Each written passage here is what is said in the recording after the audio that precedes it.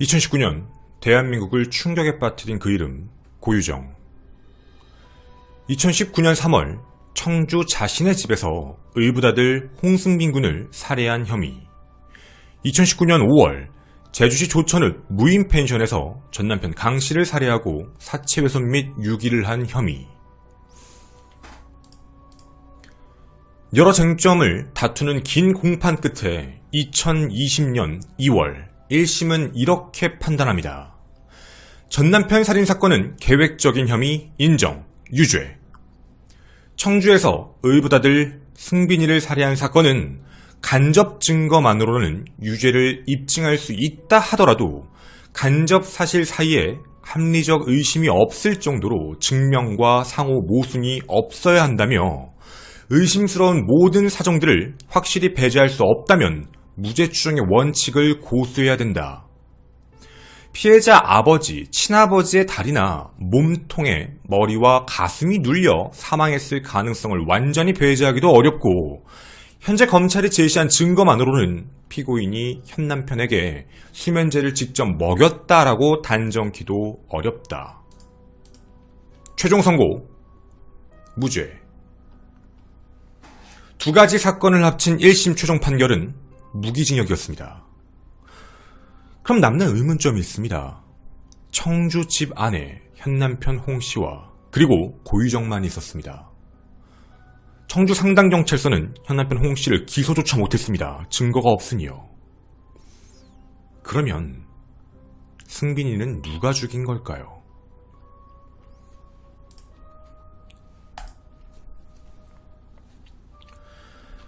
안녕하십니까. 전국 유튜브 구독자 여러분, 아프리카TV 시청자 여러분, 김원사건 파일의 김원입니다.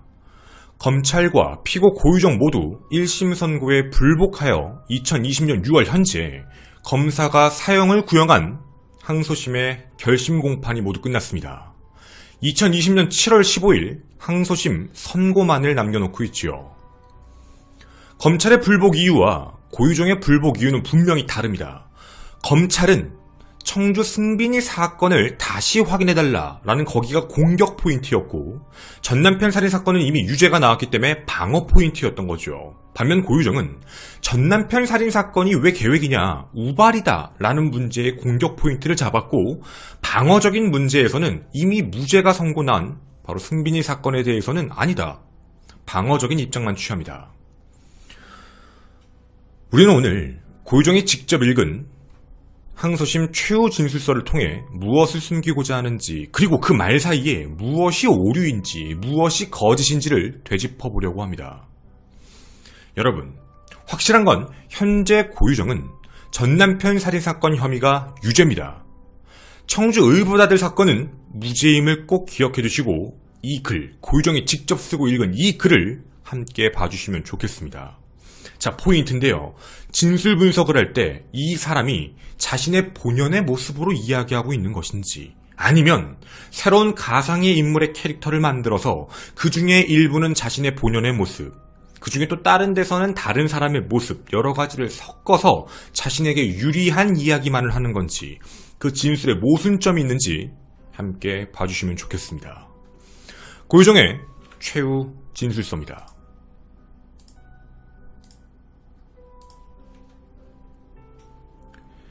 시작은 이렇게 얘기합니다. 하고 싶은 말은 너무 많은데 제가 하고 싶은 말을 정리한 부분 먼저 하겠습니다. 제가 억울하다는 걸 증명해드리고 싶습니다. 일단 오늘 검사님들의 최종 의견에 나오는 단어들로 제 입장을 말하면 승빈이를 죽이지 않았습니다. 제가 아니면 상대방, 즉 현 남편 홍씨가 범인입니다 라고 이야기합니다. 자, 자신의 논리대로라면 역으로 본인도 범죄자일 수 있다는 얘기죠. 둘밖에 없다, 자신은 아니다, 그러니까 현 남편 홍씨다. 그런데 중요한 건 현 남편 홍씨가 그래야만 하는 이유를 얘기하지 않습니다. 왜냐면 자기 입에서도 얘기할 수가 없거든요.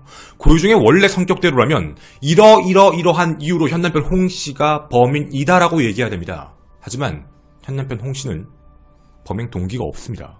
자기가 생각해 봐도 그렇죠. 그 다음은 이렇게 얘기합니다. 자꾸 제가 죽였다고 절 이상하게 보는데 승빈이 볼 중고책도 구한다고 아파트 단지 이곳저곳 뛰어다녔습니다. 여러분, 이 말 진짜 이상하지 않습니까? 자, 우리가 이 말에서 집중해야 되는 건 승빈이를 위해서 의붓아들이지만 이런 노력을 했구나. 아니요. 이때 당시 집에 같이 와야 될 사람은 승빈이 말고 또 있었습니다. 자신의 친아들이요. 넷이 같이 살기로 했거든요. 왜 꼭 승빈이가 볼 책이라고 강조를 하는지 이해할 수가 없습니다. 목적성이 승빈이 꽤 아닐 수도 있거든요. 혹은 둘이 같이 봐야 될 수도 있는 거니까요. 그리고 이렇게 얘기합니다. 증거 조사 때부터 수사기관은 제가 불리한 상황에서 제 말을 아예 믿어주지 않았습니다. 그런가요? 청주 상당경찰서는 본인이 말한 대로요. 현 남편 홍 씨를 살인죄로 처음에 수사합니다. 왜냐면 당신이 사진도 카카오톡도 주면서 이런 버릇이 있다라고 얘기했잖아요. 안 믿어주지 않은 것 같은데요. 자신이 피해자다라는 전형적인 피해자 코스프레가 매우 강합니다. 전 그냥 어느 누가 제 말에 귀 기울일까 싶어 죽을까도 했는데 남은 아이 때문에 친아들입니다. 그 아이가 감당 못할 것 같아서 못했습니다. 여러분, 이 말 진짜 소름 돋는 말 아닙니까? 고유정이 이 말이 왜 어이없는 말인지 이해가 되실까요? 고유정, 전 남편 살해한 거 인정했습니다. 전 남편 살해할 때 그 집에 누구 있었죠? 자신의 친아들이 있었습니다. 친아들이 있는 공간에서 친아빠를 살해했고 사체훼손 및 유기까지 한 그 여자 입에서 자신의 아이가 감당 못할 것 같다라는 이야기를 왜 하는지 모르겠습니다. 완전히 진술 결과로만 보면 자신의 입장, 자신은 아이를 너무 사랑한다, 아이를 너무 아낀다라는 것만을 강조합니다. 조그만 애, 진짜 이렇게 얘기했습니다. 이거 승빈입니다. 조그만 애 제가 죽인 적 없습니다. 죽어서라도 제 억울한 걸 밝히고 싶습니다. 자, 여러분, 이 이야기는요, 원래 정리해온 6장 분량의 내용이 아닙니다. 이걸 왜 이렇게 얘기했냐면 그 전에 검찰의 사형 구형에 대해 자신의 감정을 먼저 드러낸 파트입니다. 근데 여러분, 이 글에서 우리가 되게 이상하다라고 느껴지는 게 몇 개 있습니다. 승빈이를 매우 아꼈어요. 친아들처럼. 그리고 절대 죽일 이유는 저는 없습니다. 그럼 역으로 얘기하면 현 남편분도 그런 게 없거든요. 자, 자신이 누가 자신의 말을 귀 기울여줄까? 남은 아이 때문에 못할 것 같아. 다 거짓말입니다. 본인은 분명히 아이가 있는 곳에서 그런 끔찍한 일을 저질렀거든요. 그리고 평상시에 아이 안 돌봤잖아요. 분명히 자기 말로도 뒤에 이런 얘기합니다. 오랜만에 친아들을 봤다. 그렇게 아끼는 모습 같지는 않은데요. 그 이후에 준비해온 글을 읽습니다. 최후 진술서가 여기부터 시작인 거죠. 그리고 뭐라고 시작하냐면 전남편 살인 사건에 대해 우발성을 강조합니다. 자기는 계획이 아니라는 거죠. 이야 함께 보도록 하겠습니다.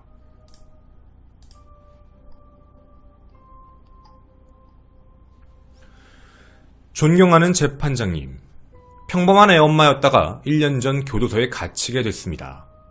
참 화법이 어떤지 꼭 기억해 주십시오. 저도 이게 중간에 끼어들긴 싫은데 저희가 분석을 의뢰한 곳에서 그렇게 얘기합니다. 자신은 피해자다. 자신은 억울하다. 자신은 과다하게 피해를 받고 있다. 갇히게 됐답니다. 외부와 단절된 상태에서 마치 꿈꾸듯 당황스럽고 힘든 시간을 보내고 있습니다. 자기가 살해한 걸 인정한 걸 잊은 것 같습니다. 전 남편 사건엔 아무 동기나 계획이 없었습니다. 토막내 죽이겠다는 생각 한 적도 없습니다. 사랑하고 아끼는 어린 아들 앞에서 무슨 끔찍한 동기가 있었던 건지 도대체 모르겠습니다. 이혼 후에 사람들과 교류 없던 제가 인터넷 검색이나 인터넷 쇼핑 등을 생활하던 걸 보면 어떤 계획을 세우겠습니까, 여러분? 잘 보십시오. 자, 위에서 나는 정말 억울해. 근데 여기서 보시면요, 난 계획이 없어요. 사랑하고 아끼는 아들 앞에서 어떻게 그래요? 그리고요, 이 말을 왜 할까요? 인터넷 검색이나 인터넷 쇼핑 등으로 생활을 했다. 이 이야기를 한 이유는 단순합니다. 자신의 혐의 중에 물건들을 샀던 것, 검색을 했던 것. 왜 뼈무게를 검색했어요? 왜 예를 들면 감자탕 뼈처리 이런 걸 왜 했지? 왜 도구들을 샀지? 준비한 말입니다. 자신의 취미다. 원래 그런다. 이걸로 어떻게 제가 계획을 세우겠습니까? 라는 이야기를 하죠. 내용이 여러분은 감정의 요소라고 느껴지시겠지만 계속 자기 방어적인 말을 합니다. 다음입니다. 검사님들은 저에 대해 무서운 계획이나 의도가 있다며 샅샅이 살폈을 겁니다. 그런데 아무리 살펴봐도 거기엔 무서운 계획도 없을 겁니다. 아니요, 계획을 찾아서 나왔습니다. 왜냐면 그게 사실이니까요. 뭐가 사실인지 얘기를 못합니다. 자기가 얘기할 게 없거든요. 자, 그리고 여기가 중요한 포인트입니다. 전 맺고 끊는 거 잘 못합니다. 정말 자신의 입장이죠. 그날 펜션을 따라간다고 할 때 딱 잘라 안 된다고 했어야 했습니다. 근데 고르고 골라 잡은 그 펜션, 고르고 골라 잡은 그 무인 펜션이죠. 갔을 때 오후 6시가 면접 교섭 시간이니 가야겠다는 남편의 말을, 전 남편의 말을 못 말렸습니다. 자신은 맺고 끊는 걸 못한다. 여러분, 이 말 되게 중요한 내용입니다. 가기 전에 마트에서 카레, 갈비탕, 음식재료를 샀습니다. 죽일 생각이면 다다음 음식을 준비할 필요가 없었습니다. 자신이 음식을 산 문제에 대해서 얘기하고 있지요. 근데 음식 몇 개 없었습니다. 그리고 그냥 우리가 얘기하는 3분 이런 거랑 다 비슷한 내용이었습니다. 자신은 더 다다음날 음식을 살 준비할 필요가 없었다라고 주장하는데요. 여기 무인 펜션입니다. 아이와 같지요. 2박 3일 일정이면 밖에 나가서 먹을 일이 더 많습니다. 당연히 음식을 많이 사놓을 필요도 없지요. 자, 그 다음 이야기입니다. 오랜만에 만난 아들, 집으로 얘기하죠. 오랜만에 만난 거 사실입니다. 별로 관리도 안 하는데요. 늦은 아침 먹고 점심 안 먹고 배고파해서 놀이공원 끝나고 펜션에 가서 식사하는데 자기는 준비에 집중했습니다. 5살, 6살 아이와 있으면 엄마는 정신이 없습니다. 아이를 챙겨야 되니까요. 거짓말입니다. 전 남편이 돌보고 있었잖아요. 같이 안 있었습니다. 이거 고유정 말대로면 고유정이 부엌에 있을 때 아이가 옆에 있어야 된다는 말인데 고유정은 진술을 그렇게 안 했습니다. 그렇게 제가 차려준 저녁을 잘 먹었습니다. 아들이 수박을 먹고 싶다 해서 소금에 넣었던 싱크대에 수박을 씻어 칼로 자르려 하는데 뒤에서 아이 아빠가 다가왔습니다. 자, 여기서 포인트가 있습니다. 뭐냐면 수박은 왜 그대로일까라는 문제죠. 근데 조교정은 이렇게 얘기합니다. 수박이 깨지지 않고 그대로였던 이유는 씻고 있던 중 접촉해서 그랬다. 근데 아이가 먹고 싶다고 했거든요. 여러분 잘 보세요. 아이가 수박 먹고 싶어. 알아서 준비해 줄게. 부엌에서 씻고 있었다. 아이는 방에 있었겠죠. 근데 전 남편이 다가왔습니다.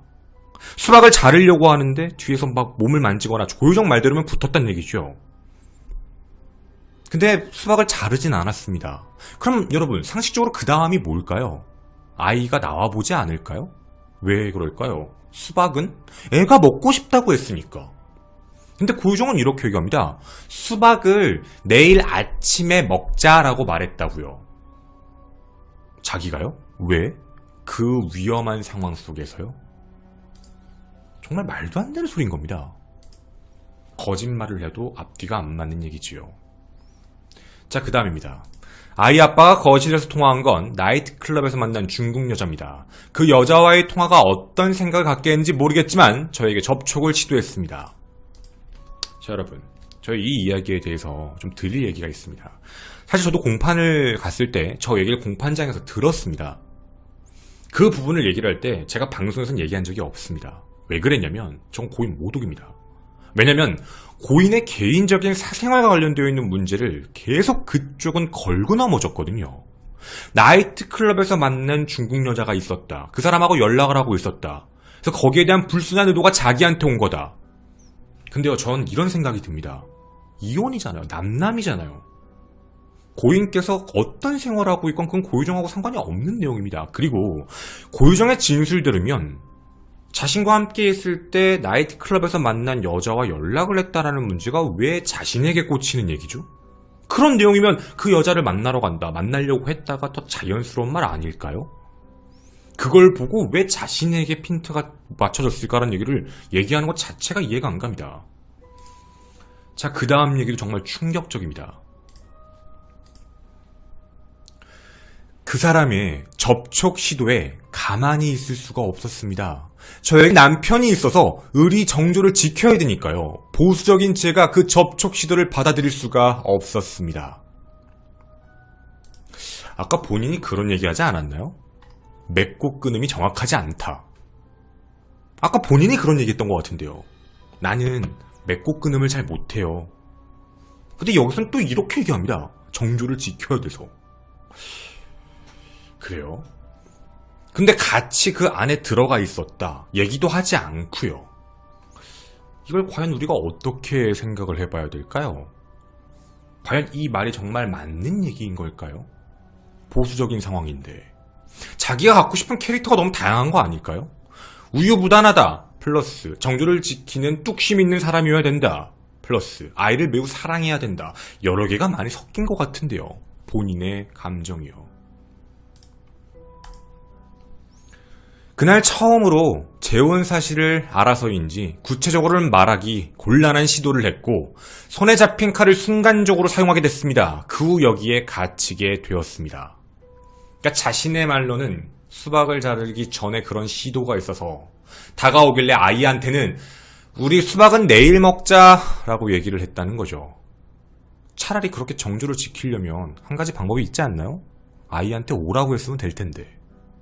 자기가 면접 교섭으로 그렇게 전 남편은 아이를 보고 싶어 해서 갔습니다. 그런 사람이 그 안에서 아이가 있는데 성범죄 시도를 했다라는 부분을 도대체 누가 믿을까요? 면접 교섭에서 자신이 불리한 상황이 될 거란 것도 알 텐데요. 계속 표현을 그런 식으로만 합니다. 그리고 이 다음 얘기도 정말 어이가 없는 내용일 수도 있죠.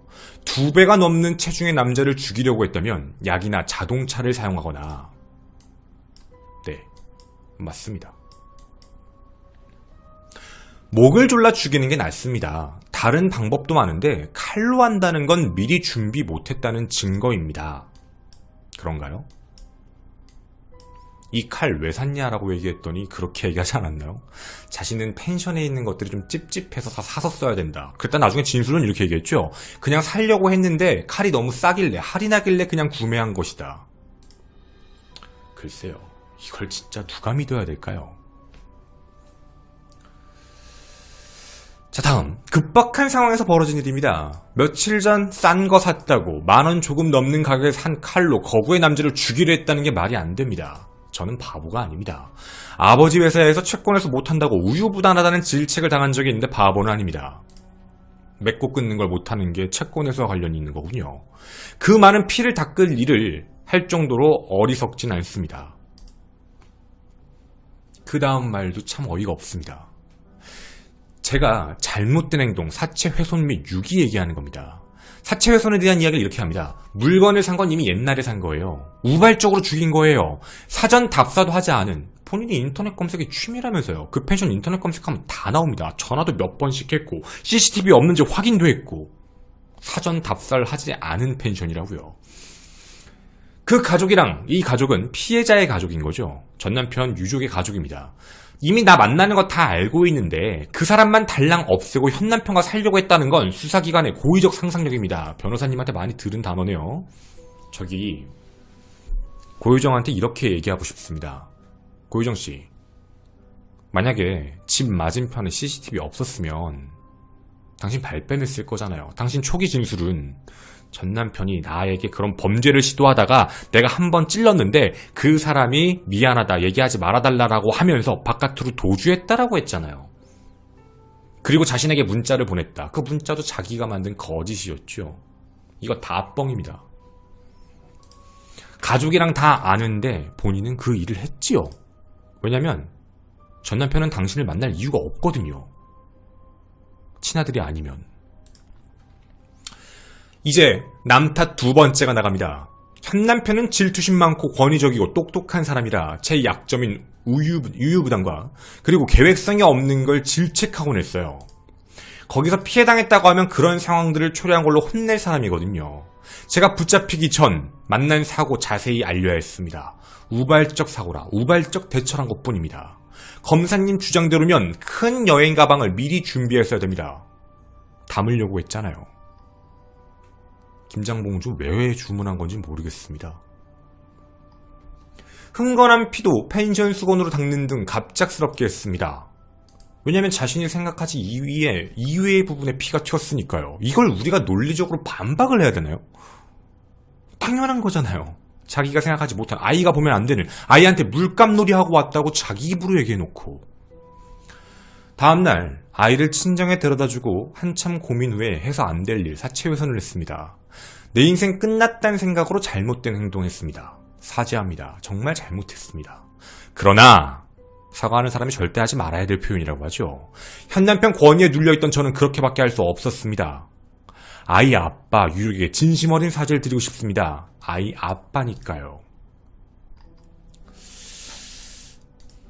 여러분, 여기서 뭐가 없죠?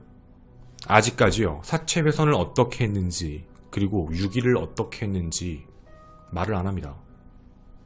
그냥 자기가 하고 있는 얘기는 잘못했습니다. 죽여서 잘못했습니다. 그리고 이 모든 건 남 탓입니다. 왜 나한테 넌 그랬어? 그러니까. 현남편이 무서워서 그랬어. 난 우유부단하니까. 자신의 잘못은 무엇일까요? 고유정이 주장하고 싶은 건 단 하나입니다. 나는 정조를 지키기 위해서 어쩔 수 없이 그런 일을 저지른 불쌍한 엄마이자 아내다. 자기가 갖고 싶은 프레임이겠죠. 근데 한 행동들이 정말 말도 안 되는 겁니다. 우발적 범행이라고요? 근데 이거 한번 궁금한 게 있습니다. 믹서기, 가스버너, 곰탕솥 이런 건 왜 샀느냐 라는 문제에 대해서는요, 이렇게 얘기합니다. 그거 저는요, 한 번을 살 때 여러 개를 구매하는 버릇이 있어요. 1심 때부터 똑같이 하는 얘기입니다. 과다하게 산다는 얘기죠. 곰탕솥은 그냥 친정 엄마가 쓸 수 있을 것 같아서 엄마한테 물어보고 하는 것도 아닙니다. 그리고 이 물건들은 범행에 안 썼는데요 라는 주장만을 하고 있습니다. 이거 우리가 어떻게 생각해야 되는 건가요? 자기가 불리한 부분에 대해서는 그러려고 했다, 저러려고 했다, 남이 그러려고 한 것 같다. 자, 자기한테 유리한 말을 하고 싶을 땐 자신의 계획성을 남들이 알든 모르든 중요하지 않아.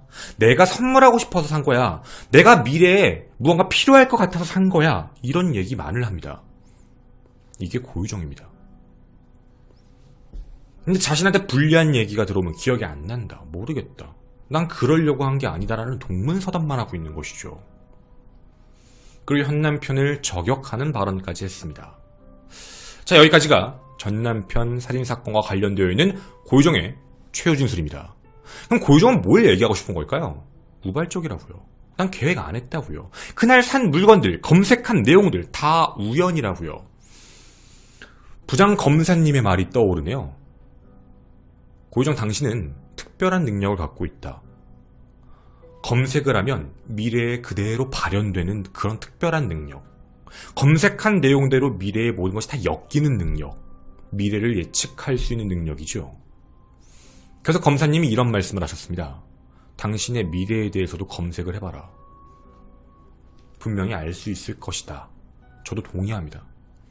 자, 그 다음 이야기는 청주 의붓아들 승빈이 사건 관련 이야기였습니다. 여기 정말 어이없는 얘기입니다. 자, 윗부분까지는 공격적인 얘기였죠. 자신이 형량을 낮추기 위한 것. 근데 이미 무죄 판결을 받은 승빈이 사건에 대해선 이렇게 이야기를 합니다. 아이 사망에 대해선 드릴 말씀이 없습니다. 왜요? 무죄니까요. 아이 둘이 같이 지내도록 결정한 뒤에 책가방, 신발도 쌍둥이처럼 구입했습니다. 당연한 얘기 아닌가요? 그러면 애초부터 하나만 살 생각인가요? 둘은 만날 때마다 형제처럼 사이좋게 지냈습니다. 만난 적 몇 번 없습니다. 마치 엄청 자주 본 것처럼 얘기하더라고요. 전 구속된 이후로도 현남편을 믿었습니다. 현남편도 본인을 믿지 않았을까요? 현남편의 그 말을 전적으로 믿었습니다. 이미 법적으로 혼인 상태인 그 사람밖에 없다고 생각했습니다. 정말 똑똑한 그가 방향대로 설정한 대로 흘러가면 막을 수 없었습니다. 철두철미하던 그가 집에 있던 약봉지라며 졸피뎀을 경찰에 갖다 줬습니다. 그게 이거죠. 참 시간 날짜도 정확하게 맞아떨어지는 이상한 일. 근데 졸피뎀에 대해 이렇게 얘기합니다. 유산으로 수면장애가 있어 잠을 청하기 위해서 자기가 먹었던 의도가 있다. 근데 약이 없어졌거든요. 어디 있는지는 모르겠다. 정말 어떤 느낌인지 아시겠습니까? 자신한테 불리한 건 이렇다고 얘기하고 나머진 기억이 안 난답니다. 다 먹었어요? 그건 아닌 것 같아요. 얼마나 먹었어요? 반 정도? 안 먹은 것 같기도 하고요. 이게 고유정 진술이거든요. 실제 공판장에 나왔던 얘기입니다. 정말 자기가 수면을 처방받은, 졸피뎀을 처방받은 이유는 저게 맞을 겁니다. 자기가 그냥 졸피뎀을 처방받을 수 없었을 테니까. 그거에 대한 이야기를 하면서 교묘하게 다른 쪽으로 엮고 있죠. 근데 내가 이게 제일 궁금합니다. 왜 그러면 전남편 사건에서 혈액에 왜 졸피뎀이 검출된 거죠? 본인한테는 안 나왔는데 전남편 혈액에서 나왔잖아요. 그럼 이게 뭐라고 우리가 이해를 해야 될까요? 거짓말입니다, 그냥.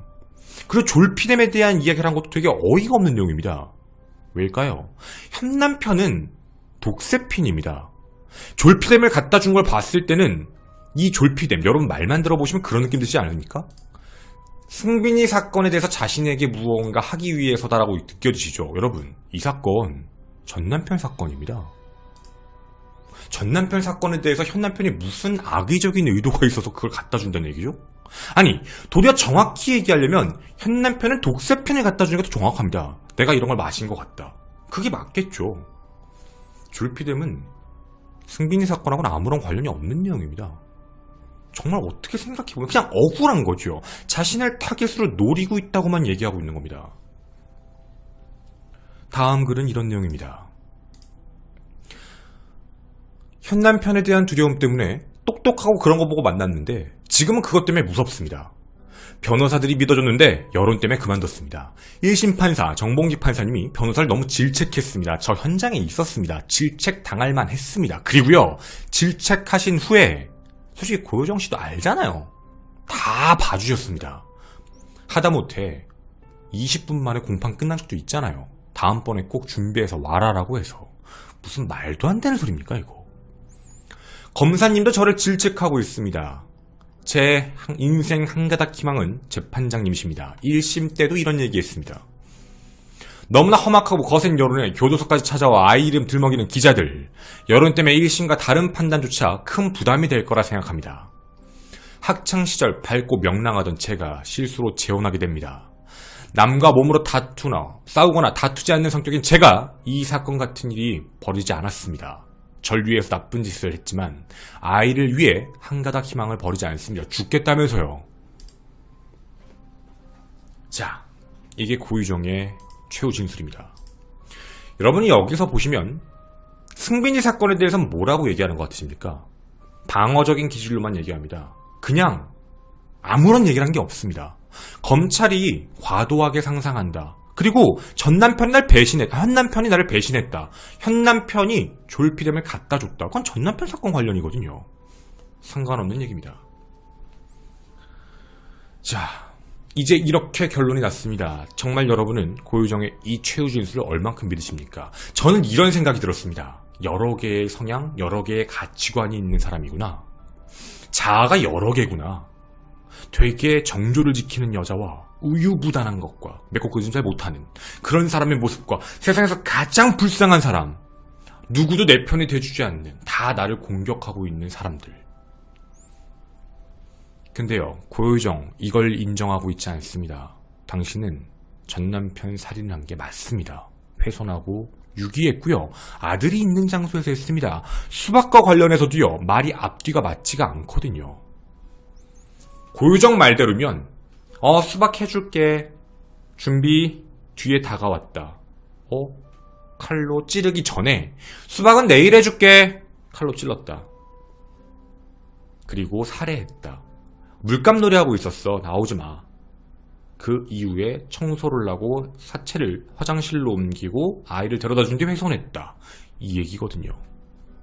글쎄요. 말이 맞을까요? 현재 남은 검찰의 입장은 제일 중요한 게 청주 의붓아들 승빈이 사건입니다.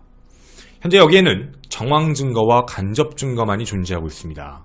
여러분, 검찰의 이야기를 정리해서 말씀드릴 테니 여러분도 중립적 입장에서 생각해 주십시오. 집 안에 외부의 침입의 흔적은 없다. 집 안에 승빈이, 현남편 홍씨, 고유정만 있었다. 그런데 아이는 사망을 했다. 자연사 돌연사가 아니다. 기계적 압착에 의한 살인이다. 범인은 누굴까요? 둘 중 하나입니다. 자, 정황 증거와 간접 증거. 첫 번째는 사인입니다. 기계적 압착에 의한 것. 돌연사 아니다. 누군가가 한 것. 근데 아버지 다리에 눌려서 4세의 아이가 사망한 경우가 있는가? 외국 자료에도 아예 없다는 게 결론입니다.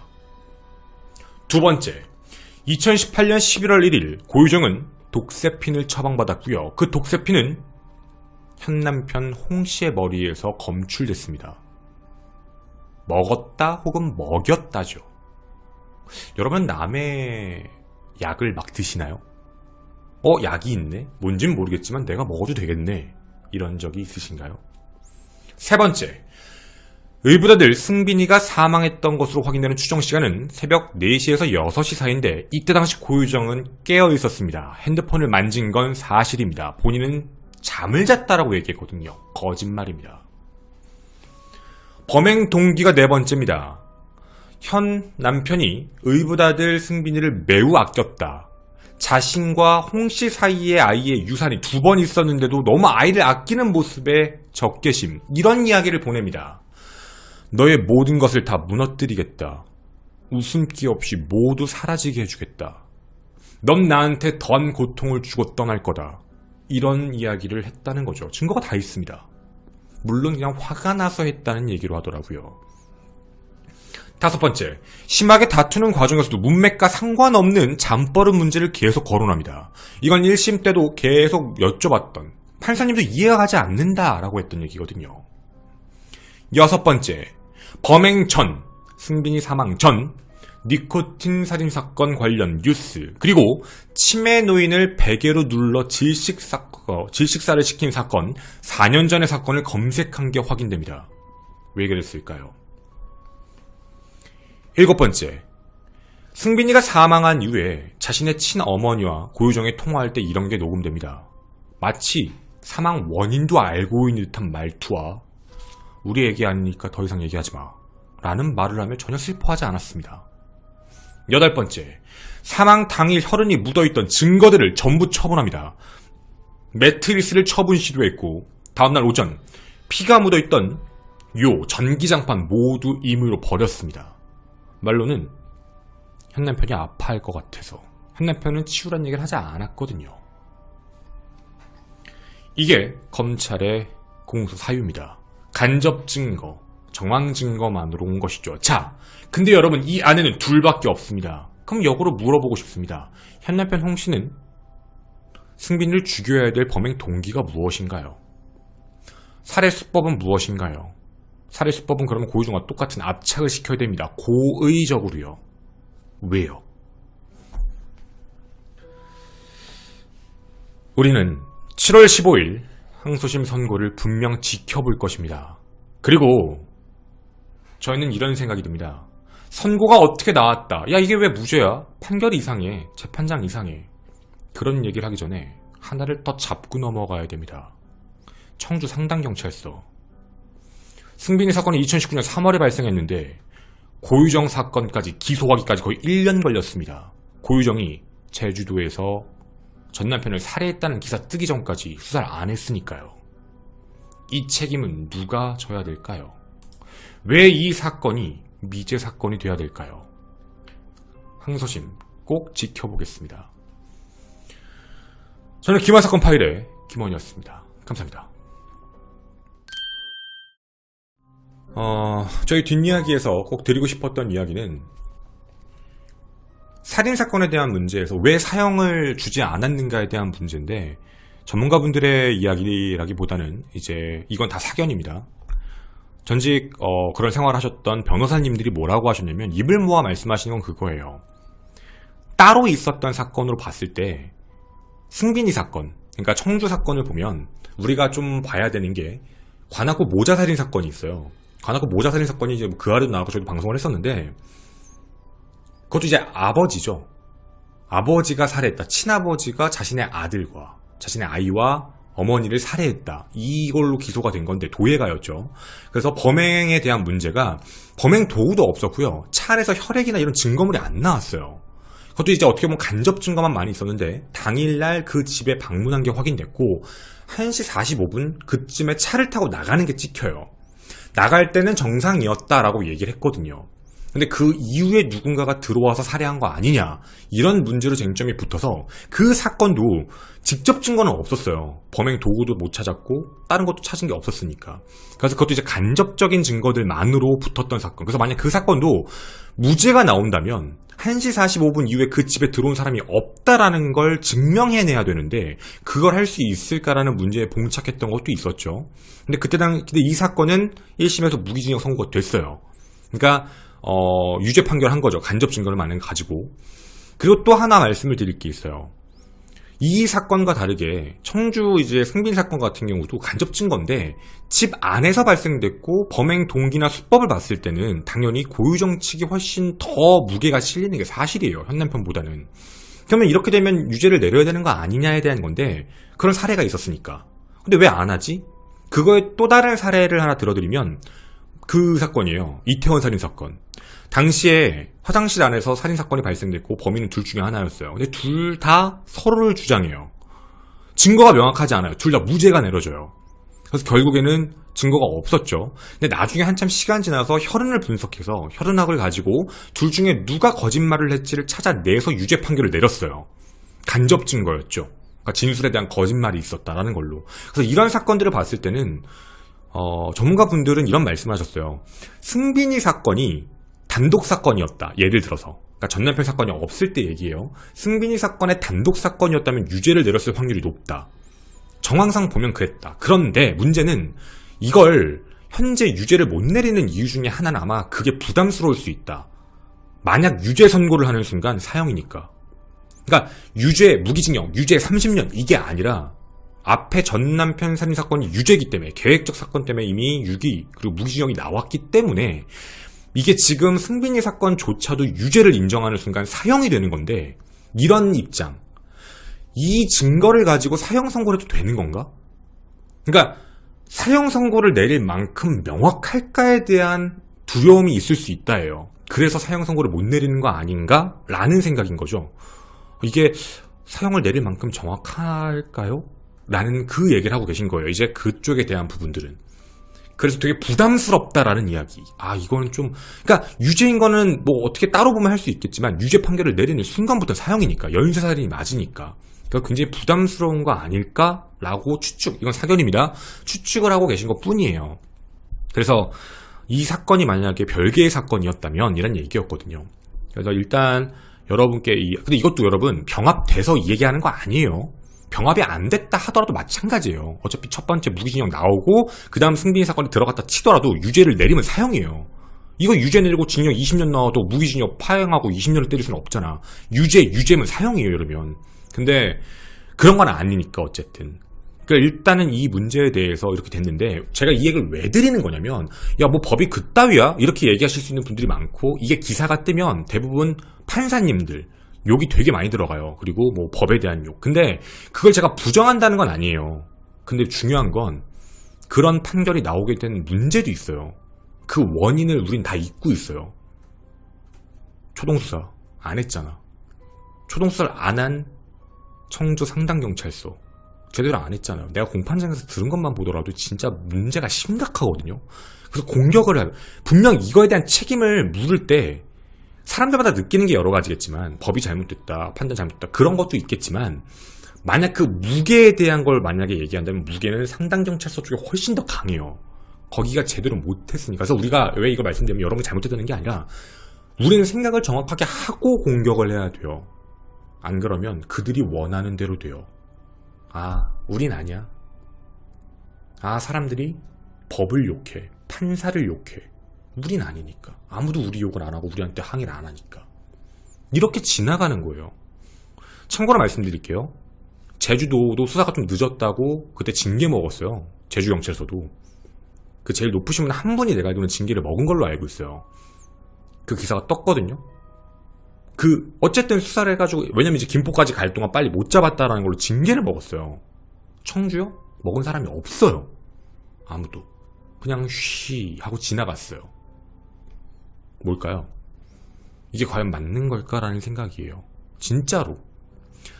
청주 상당경찰서 모든 분들이 그렇다는 얘기 절대 아니에요. 다 열심히 하시고 대단하신 분들 많고 노력하시는 분들 많은데 이 수사 맡은 사람들 이상하게 했다고. 분명히 이상하게 했어요. 그리고 그거에 대해서는 난 왜 내사를 안 하는지 모르겠어요. 내사하면 분명히 나올 거예요. 대충 한 거. 왜 그러냐면 안 그래 버렸을 때 승빈이 사건의 범인이 없잖아요. 지금. 범인이 없어진 이유를 누구한테 물을 거야? 이거 미제 사건이잖아요. 어떻게 2019년에 미제 사건이 탄생해? 미제 사건이 돼버렸는데 이 사건에 대한 책임을 아무도 물지 않는다는 건 정말 말도 안 돼요. 1심 선고가 났죠. 청주 승빈이 사건이 무죄가 뜨자마자 청주 상당경찰서 기사 인터뷰 몇 개 떴는데 자기들은 재조사할 의향이 없다 그랬어요. 새로운 증거가 있지 않는 한 재조사할 수 없다. 정말 거의 뭔가 유체 이탈 화법 같아요. 제가 느낄 땐. 유체가 이탈됐어. 마치 제3자 입장으로 얘기하지 않아요? 자기들이 제대로 안 했잖아. 없는데 그거에 대해서 사과를 해야 되는데 그게 아니라 뭔가 특별한 증거가 나오지 않는 한 재수사할 방침은 없습니다. 정말 뭐 유체 이탈 아니야? 자기들이 수사를 똑바로 안 한 문제가 있는 건데 그 문제에 대해서는 사과를 하지 않아요. 정말 어이가 없는 화법이에요. 들어보면 이게 무슨 소리야 싶은 얘기? 그래서 진짜 답답해요. 그래서 여러분들께도 부탁드리고 싶은 거. 누구랑 싸우지 마세요. 왜 법을 욕해? 왜 판사를 욕해? 아니에요. 당연히 시선이 그쪽에 쏠릴 수밖에 없어요. 그때 알려주고 싶으시다면 청주 상당경찰서에 대한 부분을 잘 알려주셨으면 좋겠어요. 나도 법이 잘못돼. 법이 이상해. 나도 맨날 얘기하는 거지만 어쨌든 지금 이 문제에 대해서는 증거가 없어요. 직접 증거. 당연히 나올 수 없지. 그때 당시 다 갖고 있었어야 되는데. 그래서 여러분들께 이제 그 이야기를 드렸던 굉장히 긴 시간이었고요. 제가 오랜만에 길게 얘기했는데 또 뒷이야기가 꼭 말씀드리고 싶었던 게 가끔 댓글 보면 자 하나 고유정 사건은 왜 이렇게 공판이 길어요? 인정 안 하니까요. 고유정이 특별해서가 아니에요. 특별하다면 다른 의미로 특별한 거예요. 인정을 안 해요. 그리고 사건이 2개예요. 그리고 사건 둘 다 지가 안 했다 그래요. 자꾸 발뺌해요. 기억 안 난대요. 이러니까 길어질 수밖에 없어요. 검사가 당연히 싸워야 될 문제가 길어지는 거니까. 공판 짧게 하는 거 방법 있어요. 고유정이 말한 거 인정합니다. 우발범행이셨군요. 상대방이 성범죄를 저지르려고 했군요. 인정하겠습니다. 이랬으면 2차 공판만에 끝났을 거야. 그럼 선고 바로 내렸지. 그러면 우리가 납득을 할 것 같아요? 그것도 난리 나지. 그러니까 그분들은 하실 일을 정확히 하신 거예요. 그리고 공판이 길다라는 문제에 대해서 왜 기냐라고 하시는데 그럼 장대호처럼 제가 죽였습니다 이런 식이면 금방 끝나지. 근데 여러분 원래 공판 길어요. 특히 피해자가 없거나 이러면 길어질 수밖에 없어요. 상대방이 혐의 인정 안 하면. 그리고 또 하나 더 경제사범도 마찬가지예요. 공판 오래 걸려요 그거. 그러니까 이게 특별한 경우가 아니란 얘기예요. 그러니까 이거에 대해서는 고유정을 탓하셔야 돼요. 길어지는 이유는 판사님이 잘못한 게 아니에요. 그리고 두 번째는 저한테 대해서 이제 많이 말씀하시는 것 중에 유튜브에 보시는 저희 가족분들 중에 고유정 사건 끝까지 한다더니 왜 안 해요? 공판은 2차는 2심은 왜 안 해요? 라고 하시는 분들이 있는데 제가 1심 선고 나서 얘기를 드렸어요. 2차가 어떻게 진행될 건지를. 2차는 1심에 나왔던 얘기들 아까 말씀드린 검찰이 공격하고 방어하는 거 피고가 공격하고 방어하는 게 나뉠 것이다.